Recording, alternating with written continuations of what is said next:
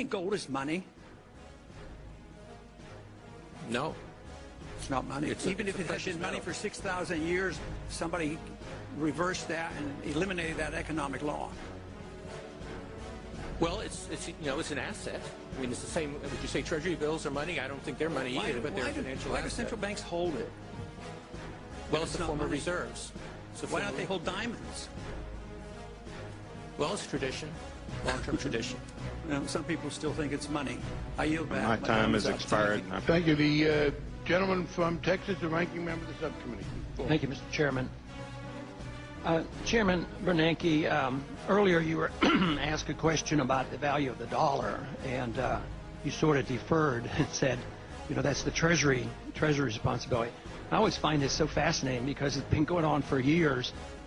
Your predecessor would always use that as an excuse to not talk about the value of the dollar. But here I find the chairman of the Federal Reserve, who's in charge of the dollar, in charge of the money, in charge of what the money supply is going to be. But we don't deal with the value of the dollar. But you do admit you have a responsibility for prices. But how can you separate the two? Prices are a mere reflection of the value of the dollar. If you want to control prices, then you have to know the value of the dollar. But if you're going to avoid talking about the dollar, then all you can do then is deal with central economic planning. If we stimulate the economy, maybe there'll be production and prices will go down.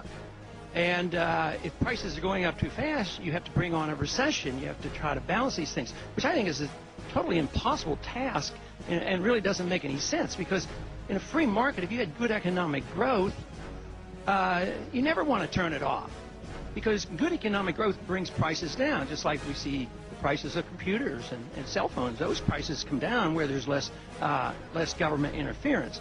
But the hard money economists who have been around for a while, they have always argued that this would be the case. Those who want to continue to inflate will never talk about the money, because it isn't the money supply that is the problem. It's always the prices. And that is why the conventional wisdom is everybody refers to inflation as rising prices, instead of saying inflation comes from the unwise increase in the supply of money and credit.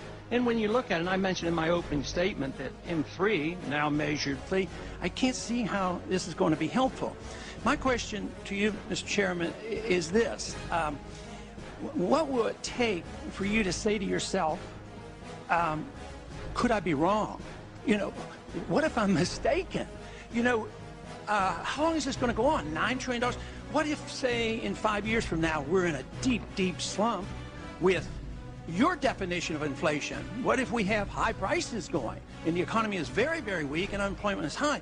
Would you say to yourself then, boy, maybe I really messed up. Maybe I was on the wrong track. Maybe the free market people were right. Maybe Keynes was wrong.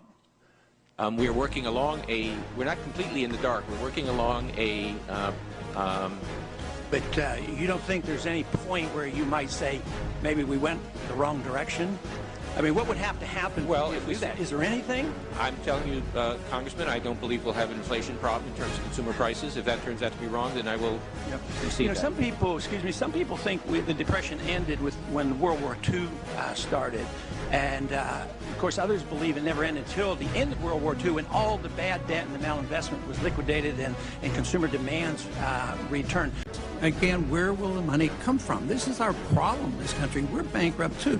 And also, along this line, do you feel like, you go along with this commitment, what are we going to do when a state gets under the gun, like California and others? I mean, they're approaching the state that Greece is in. I mean, we can't turn down California. I mean, if we can be on all these banks and they get off the hook, and now they're making billions, and their executive officers are cleaning up, do you think we would ever turn down California or any other state that gets in the same situation? Well, that's Congress's decision. You bailed out a lot of people from the IMF. You have the capability of buying up some debt and doing all this kind of thing. We can't even audit you to find out what you do. So you can do anything you want, and you can create as much money as you want. Where would the money come from? It would come. It's a loan, but it would come from the U.S. Eventually, government. we would create out of thin air. Well, it's a loan. Because we don't have if any it's not paid back, then we would take our share of the loss. Am I considering Ben Bernanke for your running mate? No, I don't think so. I'm not going to pick Ben Bernanke. We'd like to make him unemployed.